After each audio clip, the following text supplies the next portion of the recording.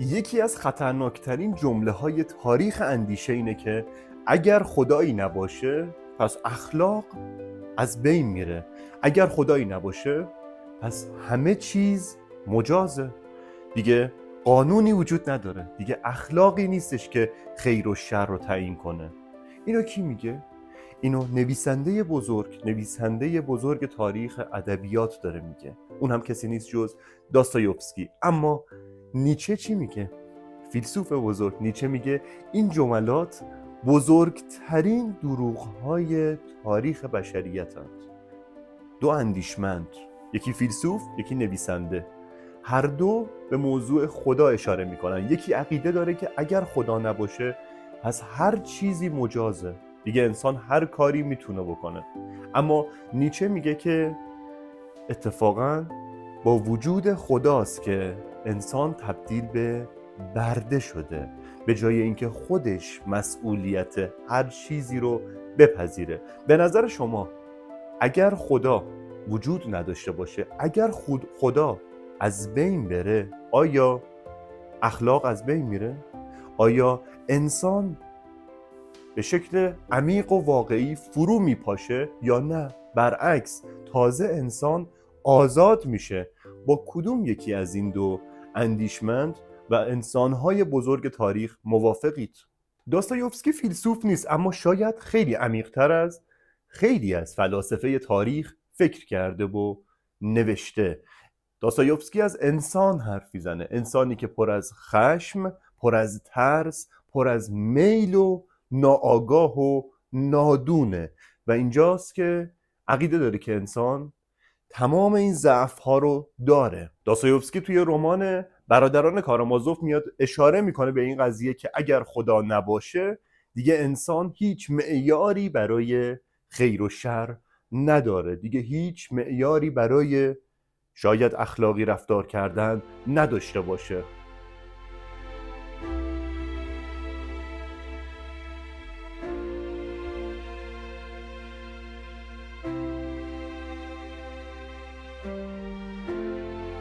اگر خدایی وجود نداشته باشه دیگه چه چیزی جلوی منو میگیره برای اینکه خوب رفتار کنم؟ دیگه چه چیزی میخواد جلودار من باشه؟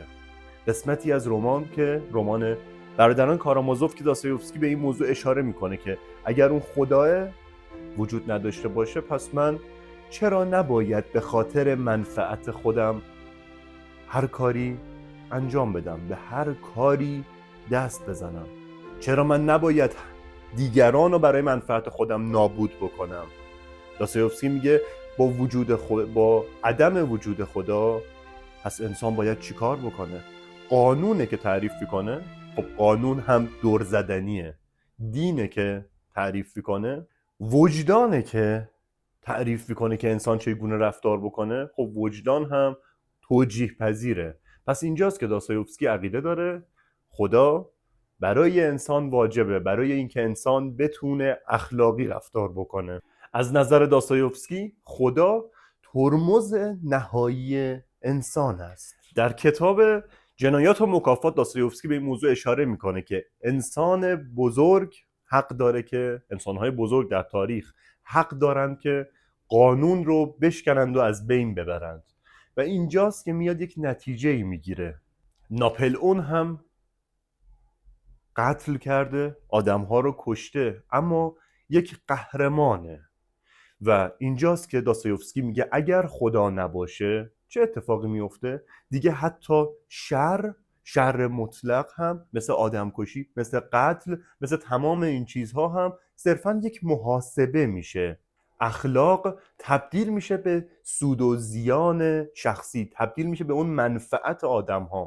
داستایوفسکی هشدار میده که انسان بدون خدا میتونه هر چیزی رو برای خودش توجیه بکنه، حتی وجدان خودش رو هم میتونه توجیه بکنه که دست به هر کاری بزنه. من طوفانم و با یه ویدیو جدید از سری ویدیوهای فلسفیمون با نگاه وجود یا عدم وجود خدا در خدمت شما عزیزان هستم. اینجا ما میخوایم مقایسه دو نگاه دو اندیشمند و دو انسان بزرگ تاریخ رو با هم بررسی بکنیم، ببینیم که داستایوفسکی درست میگفت یا نیچه؟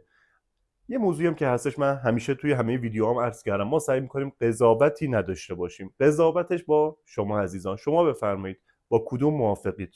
نگاهی که داستایوفسکی داشت که خدا رو شاید واجب میدید برای اینکه انسان بتونه اخلاقی رفتار بکنه، یا اینکه با نگاهی که نیچه داشت که جلوتر میخوام عرض کنم خدمتتون که دقیقاً این موضوع رو، وجود خدا رو به عنوان چیزی میدید که انسان و ضعیف، حقیر، مطیع، برده و در بند میکنه. با کدوم یک از این دو نظر موافقید؟ حتما توی کامنت ها برامون بنویسید. اما اینجاست که فریدریش نیچه با قدرت حمله میکنه. نیچه میگه خدا نمرده، خدا رو ما کشتیم. اما منظورش چیه؟ عرض میکنم خدمتتون. از نظر فریدریش نیچه خدا ابزاری بود برای کنترل انسان. دین ابزاری بود برای قدرت و باز هم کنترل. نه اینکه صداقتی درش باشه، نه اینکه چیزی قوانینی آسمانی باشه. صرفا اینها برای کنترل انسان بودن. صرفا تک تک این قسمت ها مثل خدا، مثل ادیان، اومدن برای اینکه بتونن انسان رو کنترل کنن و در نهایت چیکار کنن با انسان؟ انسان رو تبدیل به برده بکنن. نیچه میگه اخلاق بردگان صرفا داره از چی میاد؟ شما بگید. از ترس ساخته شده. اون اخلاقی که به خاطر ترس وجود داشته باشه، آیا درسته؟ آیا این نگاه درسته که من به خاطر ترس از خدا، ترس از جهان آخرت، ترس از مسائل این چنینی اخلاقی رفتار کنم؟ این درسته؟ اما نکته جالبی که فریدریش نیچه میگه که انسان بدون خدا غیر اخلاقی نمیشه. انسان بدون خدا تازه مسئول همه چیز میشه. اینجاست که این تفاوت شاید جالب بین داستایوفسکی و نیچه وجود داره. از نظر نیچه انسان بدون خدا به هیچ وجه تبدیل به یک هیولا نمیشه. اینجا تازه انسان خودش میتونه مسئول هر چیزی بشه. اینجاست که انسان تازه شروع میکنه به قدرت پیدا کردن، تازه شروع میکنه به آزاد شدن، آزاد بشه، نه اینکه صرفاً بخواد بردگی چیزی رو بکنه. واقعا موضوعی که هستش این که دوست دارم نظراتتون رو بنویسید، این که آیا خود شما حاضرید به خاطر ترس صرفاً کار خوبی رو انجام بدید، یا به خاطر ترس کار بد و شری رو انجام ندید و این به نظرتون اخلاقی محسوب میشه؟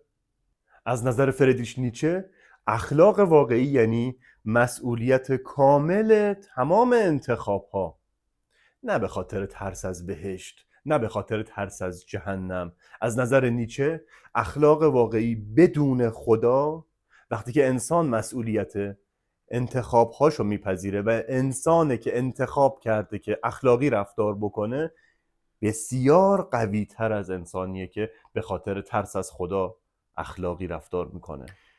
اما اگر خدا نباشه چه چیزی میاد جای اون خدا رو برای انسان میگیره؟ اینجا داستایوفسکی و نیچه پاسخ میدن. داستایوفسکی میگه قدرت، ایدئولوژی، حاکمیت یا رهبری، ثروت، هر چیز دیگری که این گونه میاد برای انسان تبدیل به اون خداه میشه. اما نیچه شدیداً مخالف این ایده است.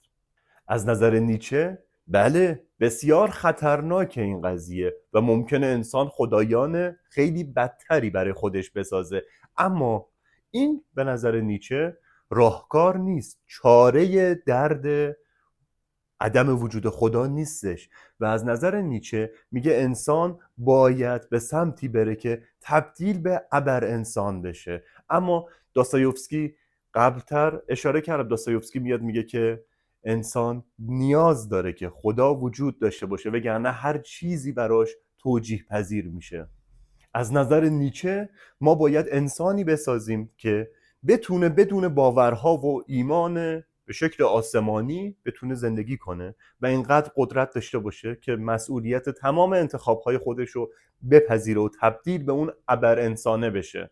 اما داستایوفسکی میگه که انسان بدون خدا، انسان بدون اینکه براش خدایی وجود داشته باشه، تبدیل میشه به اینکه بره سراغ خدایان ساختگی و مادی دیگر. و از نظر داستایوفسکی اگر خدایی وجود نداشته باشه، خدایان به شدت بدتری ساخته میشه. داستایوفسکی میترسه از اینکه انسان چیزی بالا سرش به عنوان خدا نباشه، اما نیچه میترسه از اینکه انسان بالا سرش چیزی به عنوان خدا وجود داشته باشه.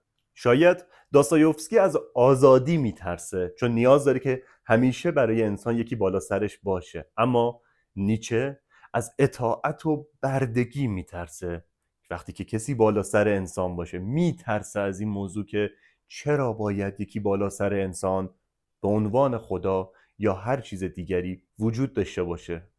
داستایوفسکی میگه بدون خدا اخلاق برای انسان فرو میریزد، اما نیچه میگه با خدا انسان هیچ وقت بالغ و کامل نمیشود. جالبه که یکی اخلاق رو از آسمان میخواد، داستایوفسکی، یکی دیگه از خود انسان میخواد، از درون خود انسان، مثل نیچه.